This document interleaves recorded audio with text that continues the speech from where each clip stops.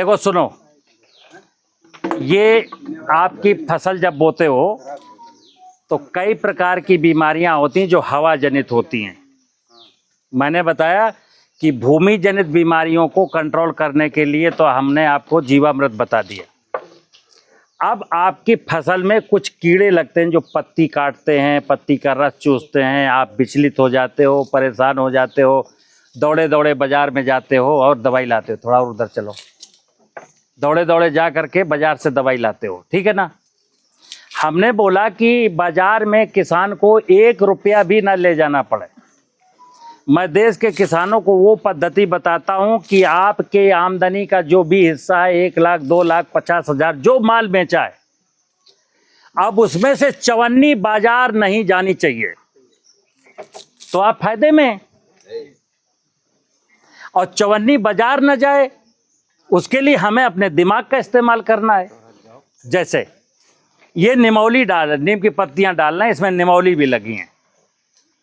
ये निमौली किसान झाड़ झाड़ के फेंकता रहता है, और अभी जब सब्जी बोएगा कोई कीड़ा लगेगा तो बाजार में कोई लिखेगा कि नीम ऑयल डालो, तो 350 रुपया नीम ऑयल मिल रहा है। भाई साहब अभी हम ले आए डॉक्टर कोराजिन, जो बैगन में कीड़ा लग रहा हो, कोराजिन 10 ग्राम की 400 की दही। हाँ सुनो, ये जो कोराजिन बता रहे हैं ना अग्रवाल के यहाँ, कोराजिन 100 ग्राम 400 की दही, कोई बात, 100 ग्राम कोराजिन 1800-2200 का मिलता है। और सुनना, कई बार वो नकली भी होता है, कई बार, क्योंकि बड़ा प्रोडक्ट है, अच्छा प्रोडक्ट है। 100 ml की शीशी 2200 की मिल रही है, तो नकली वाले भी तो खेल हैं यहाँ पर। अच्छा, अगली चीज, अगर असली मिल गया, देखो नकली जिसने दिया तो मैं कहूँगा वो आदमी महान था, हालांकि उसने चोरी की। महान कैसे था कि उसने आपको बचा लिया नकली दवा देके। भाई कोई जहर खाने, मरने, सुसाइड करने के लिए जहर लाया बाजार से और उसने नकली दे दिया, तो आदमी मरा नहीं, तो उसका शुक्रगुजार करिए। कितना अच्छा आदमी था कि मैं मरने के लिए जा रहा, मरे ही नहीं, ठीक है ना। और अगर असली होता तो हम मर जाते। तो क्या अच्छा है, असली की नकली? सुनो, तो पेस्टिसाइड, हम ये कह रहे हैं कि नकली असली के चक्कर में आप ना पड़ो। हमने तय किया हमें पेस्टिसाइड डालना ही नहीं, बाजार जाना ही नहीं है। तो अगर कोई कहता है मैं बाजार नहीं जाना, तो 2 चीजें मैंने कहा, जीवामृत आपको सिखा दिया, ये संजीवनी खाद है। सब्जी वाले अक्सर किसान, सब्जी वाले, फल वाले किसान, आपको पता है जो आपके झांसी के आसपास पे सब्जी कोई भी उगाता हुआ, पूछ लेना, बरुआ सागर में बहुत होता है। 1 एकड़ बैंगन में, मिर्ची में, टमाटर में 50,000 से लेकर 60,000 रुपए तक का पेस्टिसाइड डालता है। कितना? 1 एकड़ में 50 से 60,000 का डालता है। अगर बैंगन का, भिंडी का, करेले का जो उगाया भाव सही मिल गया तो जीत गया। अगर मंडी में भाव सही नहीं मिला, टमाटर को भाव ही नहीं मिला, अगर भाव नहीं मिला तो मर गया, घाटा हो गया। तो मैंने अभी यही कहा कि हमको जो है खेती की लागत घटानी है, खेती की लागत घटानी है, हमें पेस्टिसाइड के चक्कर में नहीं पड़ना। तो उसके लिए संजीवनी खाद बनानी है। विधि क्या है? जैसे 30 किलो नीम की पत्तियां इसमें डाल रहे हैं, ठीक है ना। ये गोबर है ताजा।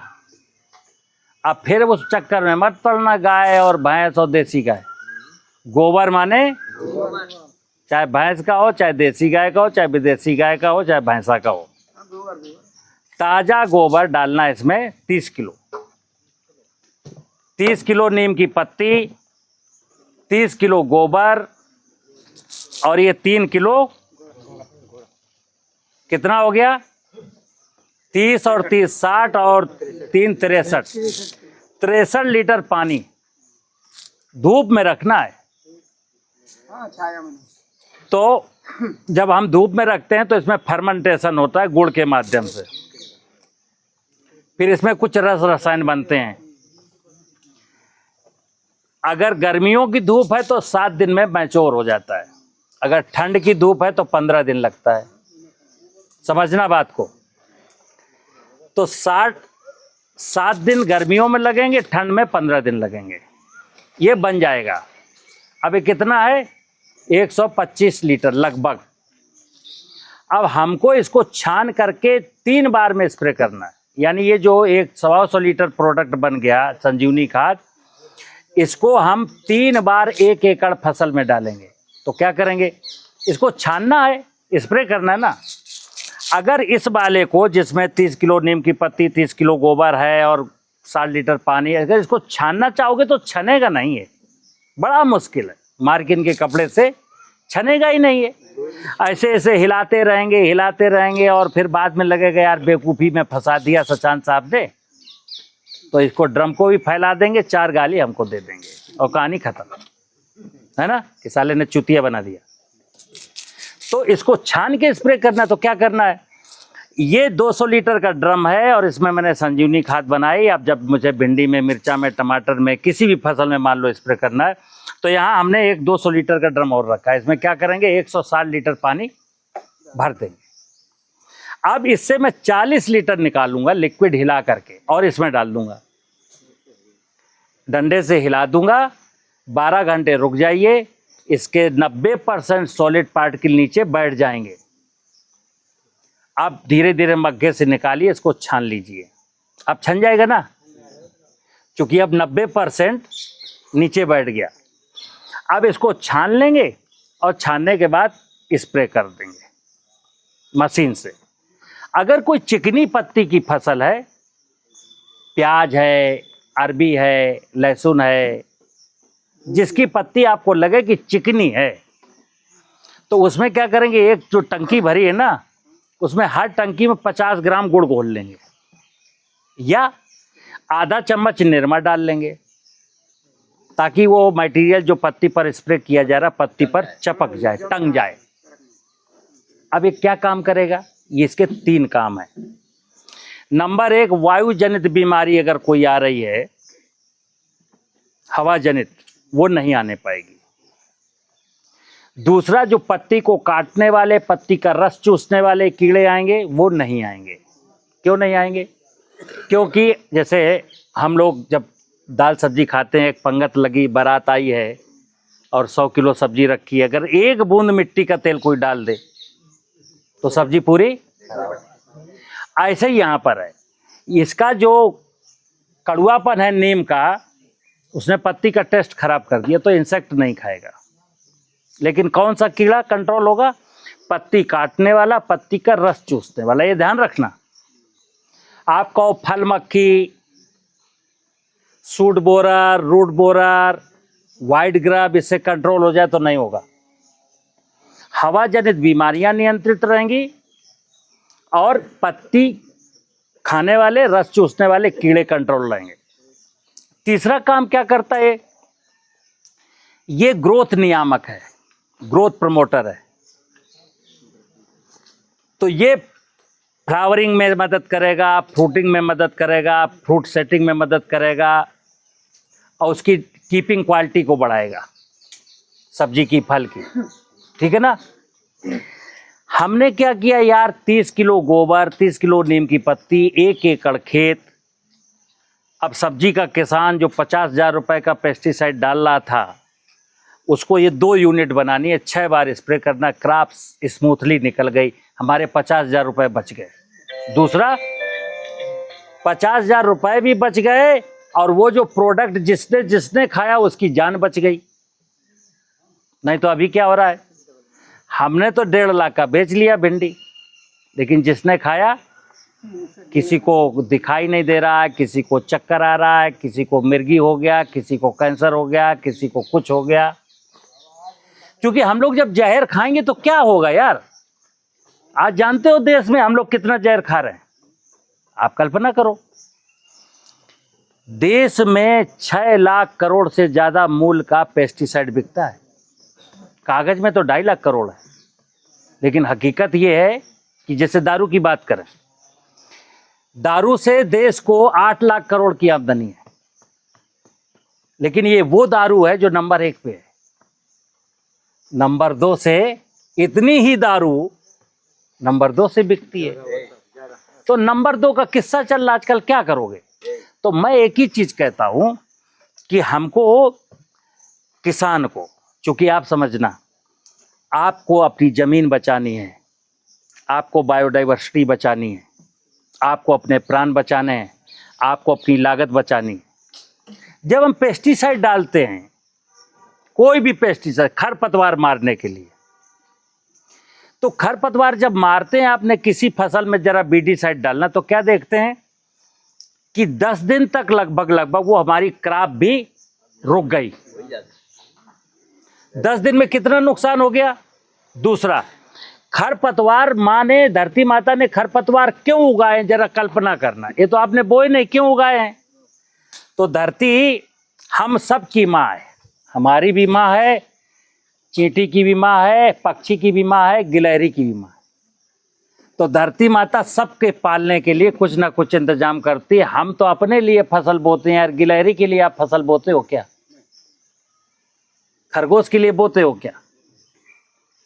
तो माँ सब का इंतजाम करती है। लेकिन कुछ लोगों ने, दुष्ट प्रवृत्ति के लोगों ने क्या कहा, खरपतवार हैं, ये पोषण ले लेंगे, पानी ले लेंगे, हवा ले लेंगे, सूरज की रोशनी ले लेंगे, लेके कहाँ जाएंगे ये? उसी खेत को तो समर्पित करेंगे। तो खरपतवार को कभी मारना नहीं है। खरपतवार का मैनेजमेंट ऐसा है, मैं बता दूं, फसल के जो नीचे खरपतवार हैं वो बहुत अच्छे। जब कोई खरपतवार फसल के ऊपर आए तो उसको उखाड़ के वहीं डाल दीजिए। एक जमाने में जब आपके पास गैया भैंसिया थी तो यही खरपतवार हम उखाड़ के लाते थे, गैया भैंसिया को खिलाते थे। आज हम मारने लगे तो क्या हुआ?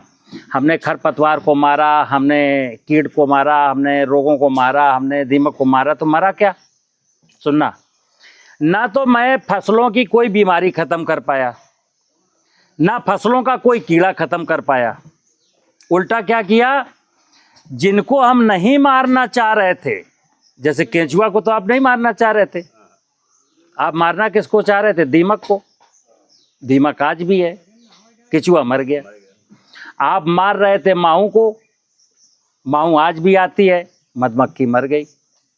आप मार रहे थे इल्ली को, इल्ली आज भी आती है, तितली मर गई।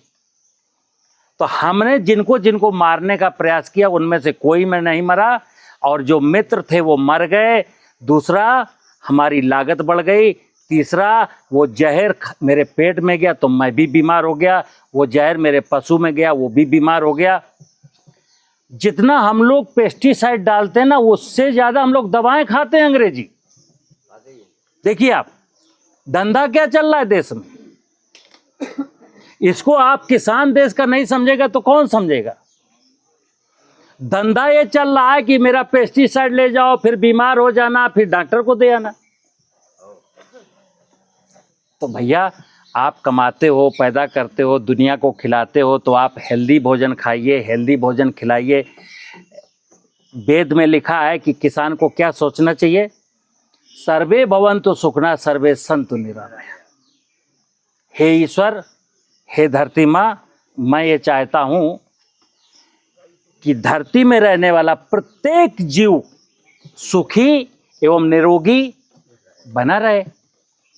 तो ये मेरा मूल मंत्र था जीवन का। लेकिन अब हम क्या कर रहे हैं कि कोई सुखी ना हो, सब मर जाएं, हम केवल जिंदा रहें। रह लेंगे जिंदा? है जिंदा है कोई आज? अगर मैं पूछूं इतने लोगों से, इसमें से कौन जिंदा है?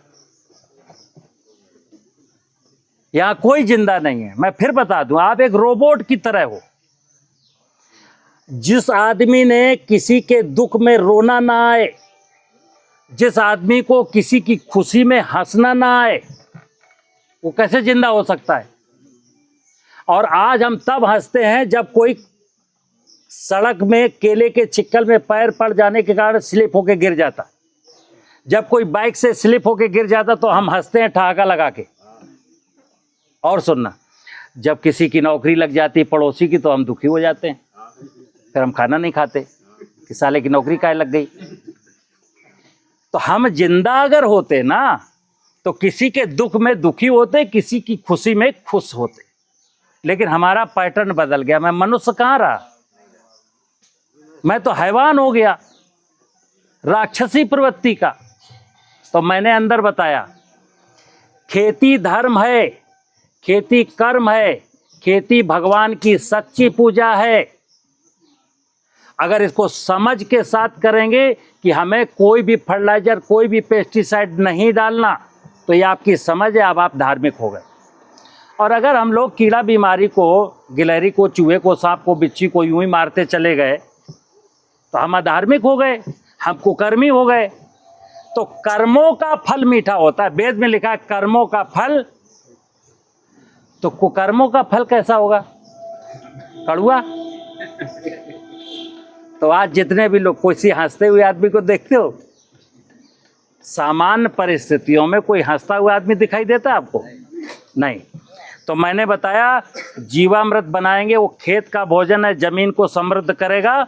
और ये जो संजीवनी खाद बताई कि नीम की पत्ती 30 किलो, 30 किलो गोबर, 3 किलो गुड़, 63 लीटर पानी, इसको छान करके स्प्रे करेंगे तो हमारे खेत में बीमारी नहीं आएगी, कीड़ा नहीं आएगा। और कुछ कीड़े आएंगे, उसके लिए हमारे बुजुर्ग कह गए हैं, दाने दाने पर लिखा है खाने वाले का नाम। और हमारे बुजुर्ग तो यहाँ तक कहते थे कि राम की चिरैया, राम का खेत खाओ चिरैया भर भर पेट। जिस दिन मेरा भाव ऐसा हो जाएगा, ईश्वर कभी आपको निराश नहीं करेगा। और अगर मैं थोड़े से लालच में आकर के फसल की पैदावार बढ़ानी है और दबा करके फर्टिलाइजर, दबा करके पेस्टिसाइड डालेंगे, तो आपकी कमाई हुई आमदनी बाजार में चली जाएगी और दुनिया भर को हम मार देंगे। जमीन भी मरेगी, जमीन के नीचे का पानी भी खत्म होगा, जीव जंतु भी मरेंगे, खाने वाला भी मरेगा, उगाने वाला भी मरेगा। ठीक है ना? मुझे उम्मीद है समझ में आया होगा। अब आप जीवामृत लेके जा सकते हो। ठीक है ना?